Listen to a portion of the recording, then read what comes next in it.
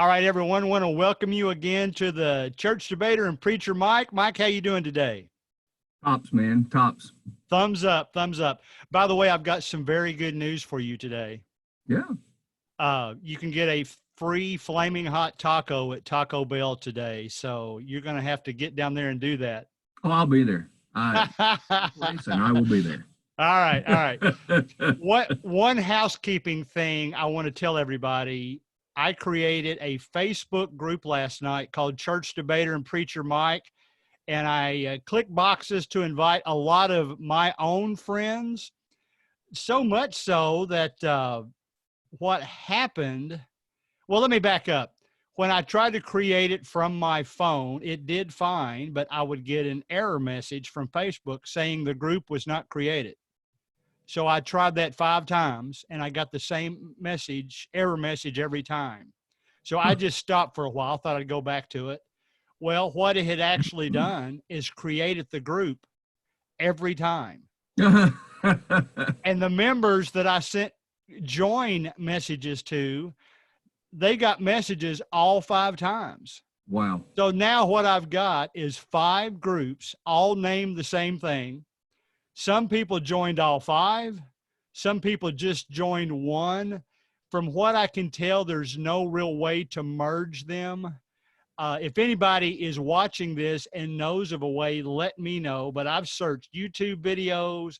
What I can tell, I can delete groups if I go in and delete the members and then delete myself. That's how you delete a group. So then we could cut it down to one group, but then I would have to re-invite all the people that joined one of the other groups. So if you've got a better idea, let us know. But we had over 70 people join that already, Mike. So what we'll do, I want that to be kind of our discussion page. And then whatever topic we have, they can put their own discussion on there. And then I also noticed some of them left discussion on the YouTube video itself. Here's the way we've gone so far. We have a few listens to the podcast, the audio only version. We have probably 5 times as many views on the YouTube version. So we might migrate this more to a YouTube video permanently than a podcast thing, because podcasts take a while to take off. All right. So are you ready for the question of the day? I am anxiously waiting. All right. Let me set it up a little bit.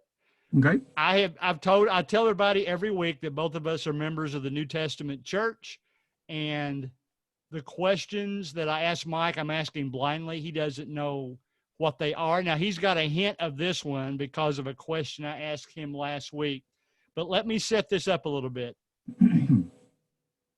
To me, there is no doubt that, and you feel free to disagree with me when you give your answer, by the way. There's no doubt that in most Christians' minds, Revelation is the most difficult book to understand. Okay? I hope Mike is going to tell us just otherwise. That's what his question is going to be today. But I don't know, Mike, I assume you know this, and us old vogies will remember who Charles Manson is. He's one of the most infamous criminals of all time. Sure. He actually thought that the song that the Beatles released, Revolution number 9, was referring to Revelation chapter 9. And the locust mentioned in that chapter were the Beatles in his mind. And he even, there's a quote in here for him. He thought that the locusts were the Beatles because verse 7 in that chapter says their faces were as men's faces, but they had the hair of women. So he associated that with the Beatles. And of course, he got all caught up in this Helter Skelter thing, which is also one of the Beatles songs. So I think it's safe to say that he probably had the most misinterpreted version of Revelation.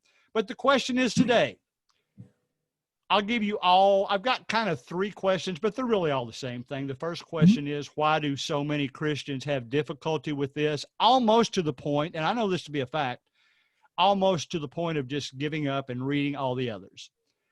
Also, we mentioned how the books made it into the New Testament last week. I was just going to ask you, was Revelation the same? Was it already accepted by everybody then too? And the most important question is, what is your synopsis in 10 minutes of the book of Revelation? Go for it.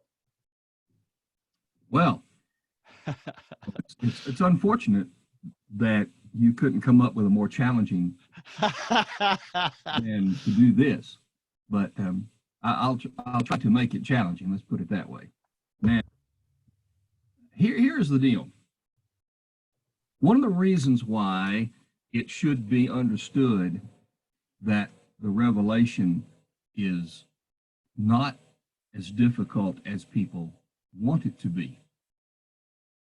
Let's think of these ideas. Number one, the name of the book itself, Apocalypto, to reveal, to show, to tell.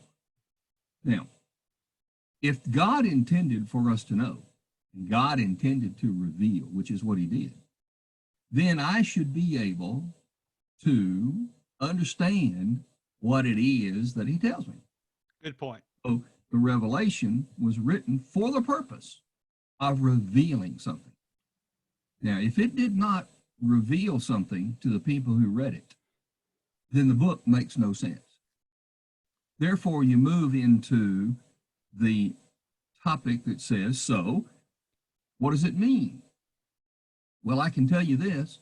The book of Revelation meant something to the people who first read it. He was revealing things to them. In fact, when you open the book, the very first verse says, I'm going to tell you things which must shortly take place. God was telling these people about something that was going to happen in a short period of time to them. My belief, and I'm currently, I've been studying Revelation for a long time and love it. As I said, it's one of my favorite books. And I'm tweaking the specifics, but generally speaking, it seems to me that the book has 3 sections. There is the introduction section through chapter 3, talking to the churches. Then there is the story, the material that he is revealing, and it goes chapter 4 through chapter 11. Then he starts over, tells the same story again in chapter 12 through either the end of the chapter, or it could be that he deals with the 4th section that wraps up both of the first 2, starting in chapter 19. Okay. Basically speaking, I think he tells the same story twice in 2 different ways, revealing to these people to whom it was written that the Roman government, who was dominating them, causing problems for the Christians, would in fact be dealt with, and everything would show that God was still in charge. And I think that the book was looking forward to the day when the full revelation of God's will, the Bible, was completely written sometime before the year 100. Good. And that's what I think the book is about. Okay. Why did God choose that style when, to me, now I've always heard it said that if you've got a new Christian, maybe you don't want them to start reading their Bible in Genesis, because you get bogged down pretty quick with all the numbers and That's right. But from a Christianity standpoint, it might be smarter to start even with, I was going to say the Gospels, but even with John through the end of the New Testament. That gives you a pretty good flow of everything that's going on. Mm-hmm. And then you get to Revelation, which, you have to admit, Revelation, the style of it is so much different. Yep. Why would you categorize the New Testament as something that's easy to understand, difficult to understand, or just enough of a stretch to challenge us? I think it is all three. I think that the things that we must know to be right with the Lord, meaning the things that will be a part of or used in the final judgment, the things that determine heaven, hell, those things are easily understood. Otherwise, God would not be the God that we think he is. Good. Then there are also things that are very difficult, because those are the things that challenge us and get us to stretch our minds and stretch our understanding and deepen. And when we understand, the more we understand the difficult things, the more we appreciate the things that are easier to understand. Good. Good. I like that. I like the way you worded that. All right, sounds good. I completely understand Revelation now. Well, let me give you another hint about Revelation for anybody All right, good. that's interested. You said the style is so different, and it is. But if anybody wants an interesting challenge to seek, go back and notice that the same, almost the exact same symbolic language that the Revelation uses is found in the Old Testament prophets. It is Okay. good to take those Old Testament prophets using the same imagery, see what they intended, which we can know because they were revealed and fulfilled, see what they applied those things to, and then notice that God is applying them to the same thing, which basically was the ruling government of the time. The book Gotcha. particularly is one to look at in that way. All right, good, good. I like it. I like it. Yeah. Let me close with a pop culture type of reference, unrelated to Revelation, but something I heard this week that is most given. You know how I'm a music geek. I still listen. I mean, I might listen to Bing Crosby. At the same day, I listen to Billie Eilish, who's a popular artist right now. It's not so much that I absolutely love all of it. I love most of it. I'm just kind of fascinated by what was popular in the day and time. But I got to tell you this, I was listening to a top 40 countdown that's on Sirius XM. I was listening to one from the 60s this week. And there is a song, I've forgotten the title, but there is a very popular song by Bob Dylan in which one line says, "Everybody must get stoned." And of course, that was the late 60s.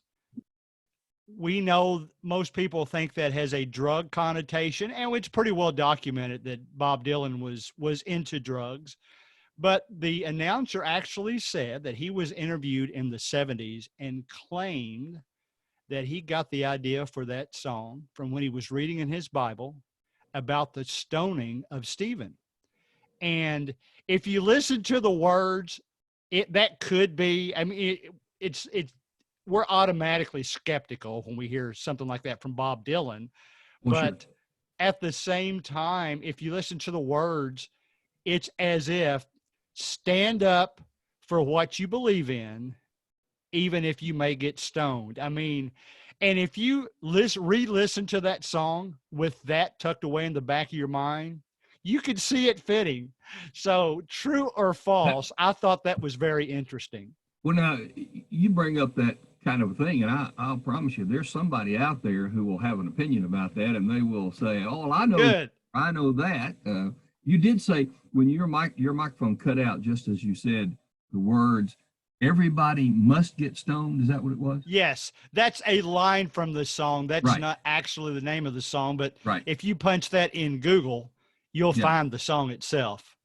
Well, that's interesting. Listen to the words of it. Yeah. Well, your mic cut out just as you said. Yes. The thing was. So that's okay. I've never heard that. I have to admit, I've never heard that. I hope it's true.